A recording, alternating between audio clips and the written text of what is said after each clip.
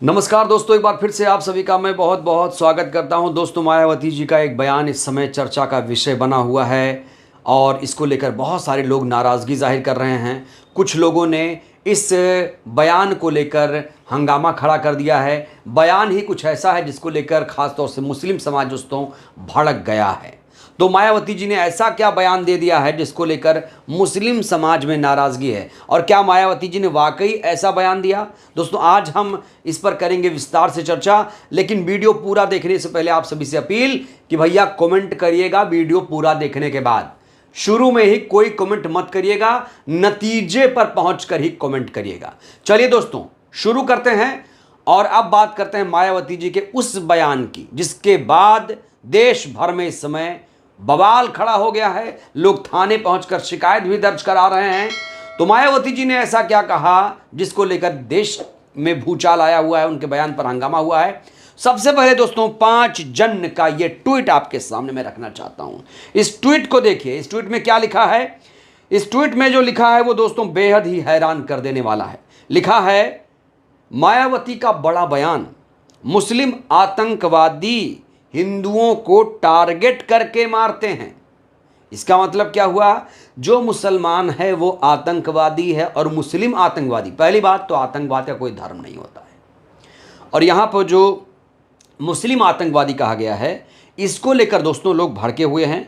और आगे जो बयान में है, पीएम मोदी आतंकवादियों को घर में घुसकर मार रहे हैं, हम और हमारी पार्टी उनका समर्थन करते हैं। तो दोस्तों 5 जन ने जैसे ही ये ट्वीट किया उसके बाद बवाल खड़ा हो गया। तो दोस्तों 5 जन के बारे में थोड़ा समझते हैं। 5 जन क्या है? 5 जन जो है आरएसएस द्वारा संचालित एक चैनल समझिए, और इस चैनल पर बहुत सारे लोग विश्वास करते हैं और बहुत सारे लोग इसके एजेंडे को भी समझते हैं। ये जिस तरीके का नैरेटिव करता है उसके बारे में लोग समझते हैं। तो 5 जन ने जैसे ये खबर ट्वीट की उसके बाद हंगामा खड़ा हो गया।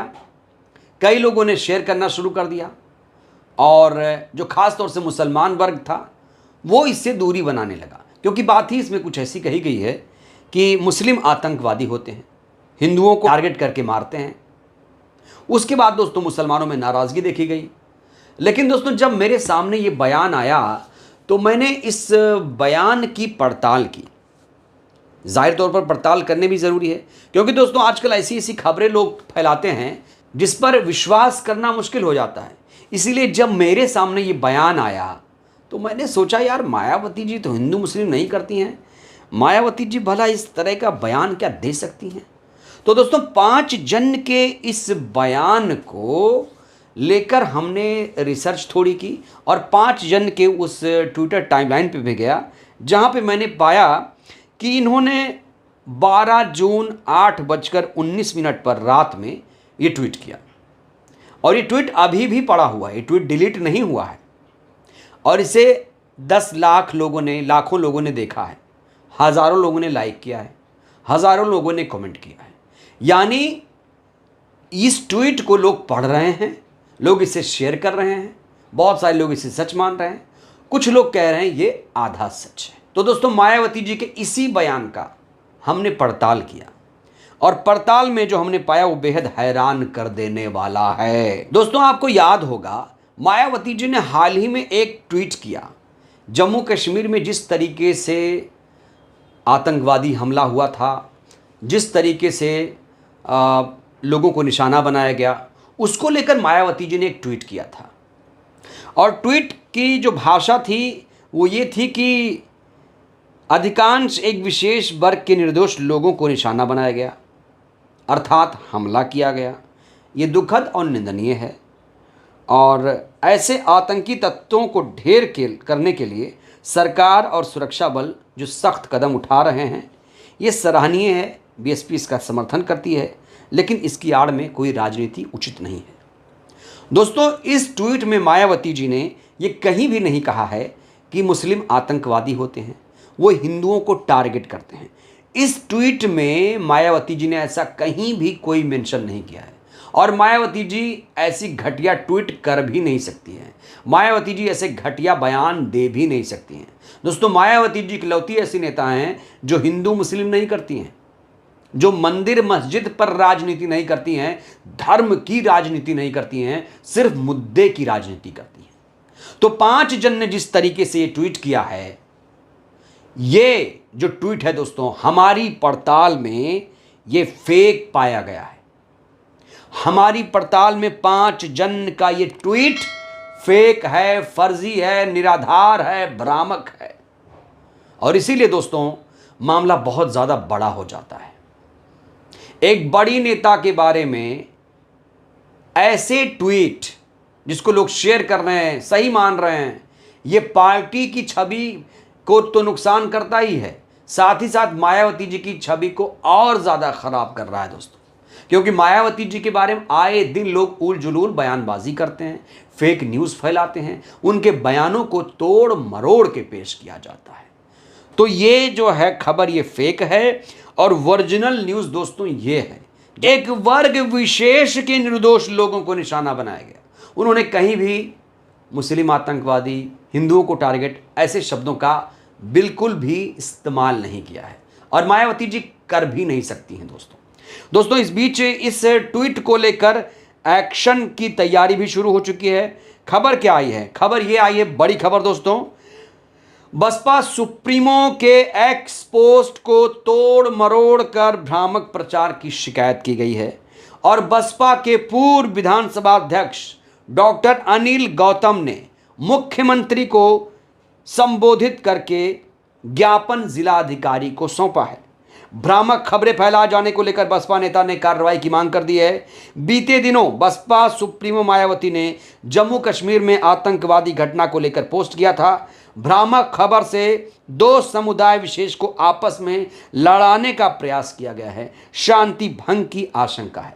बसपा नेता जो पूर्व विधानसभा अध्यक्ष भी हैं, अनिल गौतम साहब ने मुख्यमंत्री के नाम जिलाधिकारी को ज्ञापन सौंपा है और कहा है कि 5 जन ने जिस तरीके से ये खबरें फैलाई हैं, जो झूठी है, निराधार है, भ्रामक है, इनके खिलाफ कार्रवाई होनी चाहिए। क्योंकि इस ट्वीट से हिंदू मुसलमान हो रहा है, और हिंदू मुसलमान 2 समुदाय विशेष को आपस में लड़ाने की साजिश है, कोशिश है, और ये बंद होना चाहिए।